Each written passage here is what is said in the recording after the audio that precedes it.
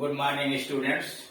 इस वीडियो के माध्यम से हम लोग डिस्क्रिप्टिव पैराग्राफ यानी एसे राइटिंग के विषय में जानकारी प्राप्त करेंगे। एसे राइटिंग स्किल्स के अंतर्गत आता है। इसमें दो तरह के प्रश्न होते हैं, एक डिस्क्रिप्टिव पैराग्राफ यानी एसे अथवा रिपोर्ट राइटिंग या आर्टिकल राइटिंग। इन दोनों में कोई एक करना होता है। हाई स्कूल में ये 6 नंबर का और इंटरमीडिएट में ये 10 नंबर का होता है। अंक के दृष्टिकोण से भी देखा जाए तो काफी महत्वपूर्ण है। एक अच्छा लेख हम तभी लिख सकते हैं जब उसके विषय में हमें अधिक से अधिक अनुभव हो, हम अधिक से अधिक लेख पढ़े हों, वीडियोज देखे हों, उनकी क्या विशेषताएं हैं उनके विषय में हमने अध्ययन किया हो और फिर अध्ययन करने के बाद उसी टॉपिक्स पर हम खुद अपने विचारों को सम्मिलित करते हुए अगर लेख लिखना शुरू करते हैं, ऐसे लिखते हैं, तो धीरे धीरे हम अभ्यस्त हो जाते हैं और हमारे द्वारा लिखा हुआ ऐसे भी अच्छा होता है। जैसे जैसे हम अनुभव प्राप्त करेंगे, जैसे जैसे प्रैक्टिस करेंगे लिखने की, ऐसे वैसे ही हम इस आर्ट में, इस कला में दक्ष होते चले जाएंगे और आने वाले समय में हम एक कुशल एसेइस्ट निबंधकार बन सकते हैं। हाई स्कूल के परीक्षा के अंतर्गत इसमें हिंट्स दिए गए होते हैं, संकेत दिए गए होते हैं। उन संकेतों की सहायता से हमें पैराग्राफ लिखना होता है। इंटरमीडिएट में संकेत दे भी सकता है, नहीं भी दे सकता। अगर नहीं दिया हम अपनी तरफ से संकेत बनाते हैं या पैराग्राफ चेंज कर लेते हैं। यहाँ पर उसका मॉडल दिया हुआ है descriptive paragraph. Write a descriptive paragraph on a film that you enjoyed most. एक फिल्म का वर्णन कीजिए जिसका आपने बहुत आनंद लिया। A film that you enjoyed most, एक पिक्चर, एक फिल्म जिसका आपने बहुत आनंद लिया। On the basis of the given clues, नीचे जो संकेत दिए गए हैं उन संकेत के आधार पर। A film that you enjoyed most, एक film that you enjoyed most जो आपने बहुत आनंद लिया। हैंड्स पहला है नेम, दूसरा प्लॉट, तीसरा कैरेक्टर्स, चौथा एक्टर्स, पांचवा कंक्लूजन। यानी सबसे पहले नाम बताइए पिक्चर का, प्लॉट क्या है, कथा वस्तु क्या है, कैरेक्टर्स उसके पात्र क्या है, एक्टर्स एंड कंक्लूजन निष्कर्ष। Name, one day I went to see the film Dream Girl. एक दिन मैं ड्रीम गर्ल नामक फिल्म देखने गया। One day I went to see the film Dream Girl. मैं एक ड्रीम गर्ल नामक फिल्म देखने गया।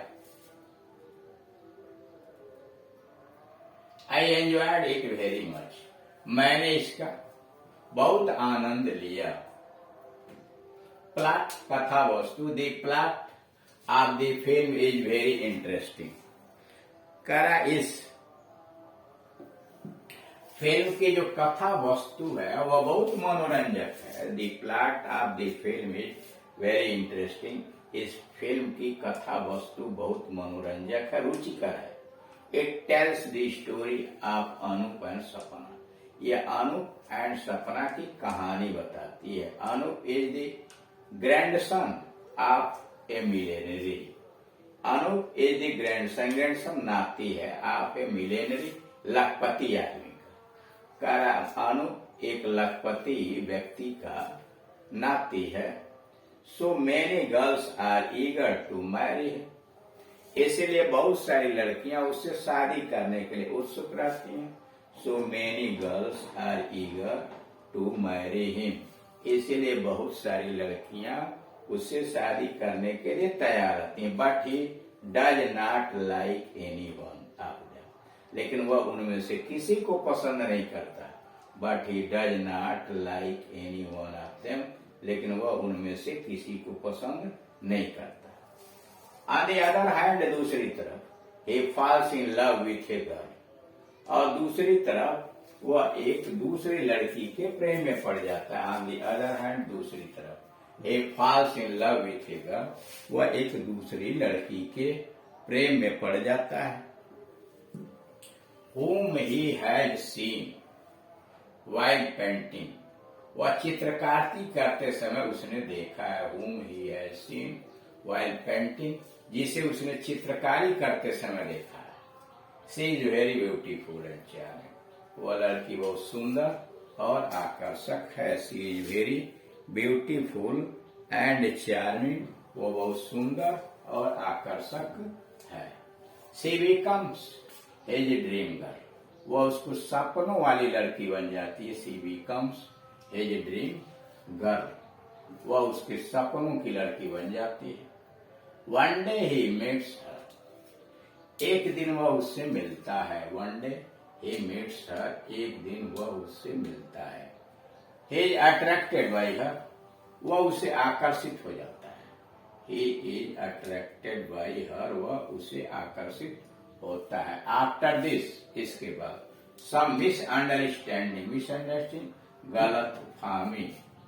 After this, इसके बाद some misunderstanding takes place. कुछ गलतफहमी पैदा हो जाती है. मिसअंडरस्टैंडिंग, गलतफहमी takes place हो जाती है. She begins to think. वह सोचने लगती है that he hates her, कि वह उससे घृणा करता है. She begins to think that, वह सोचना शुरू करती है कि he hates her, वह उससे घृणा करता है. At last, और अंत में सपना wins his heart, और अंत में सपना जीत जाती है. wins his heart, उसके हृदय को जीत लेती है. और अंत में सपना wins his heart and they are married. उनकी शादियां हो जाती हैं. they are married, उनकी शादियां हो जाती हैं. कैरेक्टर्स, पात्र. इन दिस पिक्चर, इस फिल्म के अंतर्गत अनूप, सपना एंड अनूप ग्रैंडफादर, अनूप है, सपना है और अनूप के दादाजी आर दी मेन कैरेक्टर्स, मुख्य पात्र हैं. In this picture Anup, Sapna and Anup grandfather are the main character. इस पिक्चर के अंतर्गत, इस फिल्म के अंतर्गत अनूप है, सपना है और अनूप के दादाजी मुख्य पात्र हैं. Anup is the hero and Sapna is the heroine of the picture. Anup नायक है, सपना नायिका है. अभी तस्वीर पिक्चर. अनूप इस पिक्चर की, इस फिल्म का नायक है और सपना उस फिल्म की नायिका है. Actors. Hema Malini plays the role. Hema Malini plays the role of heroine. इस पिक्चर के अंतर्गत Hema Malini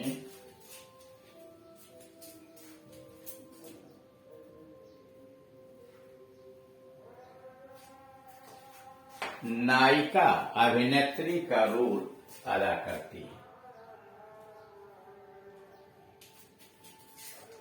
Hema Malini plays the role of the heroine. Hema Malini इस पिक्चर के अंतर्गत नायिका का रोल अदा करती है. Dharmendra plays the role of the hero, और धर्मेंद्र नायक यानी हीरो का रोल अदा करता है. Dharmendra plays the role of the hero, और धर्मेंद्र नायक की भूमिका में आता है. अशोक कुमार एंड असरानी. अशोक कुमार और Asrani are other important actors. Ashok Kumar and Asrani are other important character. Ashok Kumar और असरानी दूसरे महत्वपूर्ण पात्र हैं. कंक्लूजन, निष्कर्ष. The film was very interesting. Picture यानी फिल्म बहुत ही रुचिकर थी. The film was very interesting. Picture बहुत रुचिकर थी. No part of it was dull. इसका कोई विभाग, इस फिल्म का कोई विभाग नीरस नहीं था. No part of it was dull. इस पिक्चर की कोई विभाग नीरस नहीं था. It had sweet songs. इसमें बड़े मधुर गीत थे. It had sweet song. इसमें बड़े मधुर गीत थे. एंड फाइन फोटोग्राफी, और इसकी फोटोग्राफी भी बहुत अच्छी थी. And fine photography. I like the latter part of the picture very much. मैंने इस पिक्चर के बाद वाले भाग को, लेटर पार्ट, बाद वाले भाग को बहुत पसंद किया। I like the latter part of the picture very much. मैंने इस पिक्चर के बाद वाले भाग को बहुत अधिक पसंद किया। यह तो देखा आपने, एक फिल्म का वर्णन हुआ जिसने इसे देखा था। आप दूसरी फिल्म का वर्णन कर सकते हैं। मॉडल यही होगा कि आप उस फिल्म का नाम डाल सकते हैं, और नाम डालने के बाद जो पिक्चर आपने देखी है, बहुत सारी पिक्चर हैं, अलग अलग लोगों को अलग अलग, कुछ देशभक्ति की हैं, कुछ दूसरे प्रकार की हैं, यानी विभिन्न तरह के सामाजिक समस्याओं से संबंधित पिक्चर है जो एक से एक बनी हुई है।